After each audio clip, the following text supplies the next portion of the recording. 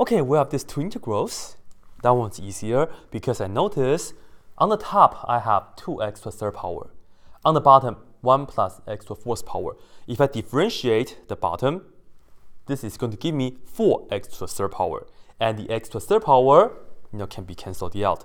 So I'll proceed by taking u sub and let u equal to 1 plus x to the fourth power, and then differentiate both sides. Du will be 4x to the third power dx. And let me show you guys a cancellation. So I will isolate the dx by dividing this on both sides. I get du over 4x to the third power.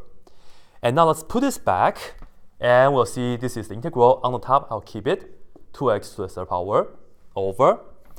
The bottom is going to be the u, and the dx is this, namely du over 4x to the third power. And as you can see, the x to the third power, they cancel each other out nicely. And 2 and 4, of course, we can reduce that to be 1/2. So we can take that 1/2 to the front, and we have the integral of 1 over u du.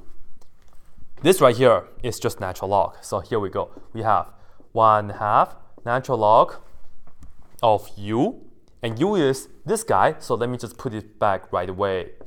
And save one step if you do this. And notice x to the fourth power, it's always positive, and you add 1 to it, it's always positive. So you can actually just use the parentheses and you're done. This right here is the answer. That's it. Now, for this one, it's slightly trickier.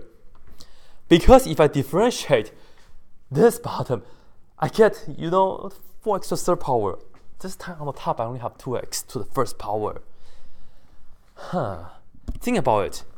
When you have 2x, I wish to see some x squared somewhere around here, so that if I can set that to be the u, the derivative x squared will give us 2x. That would be nice.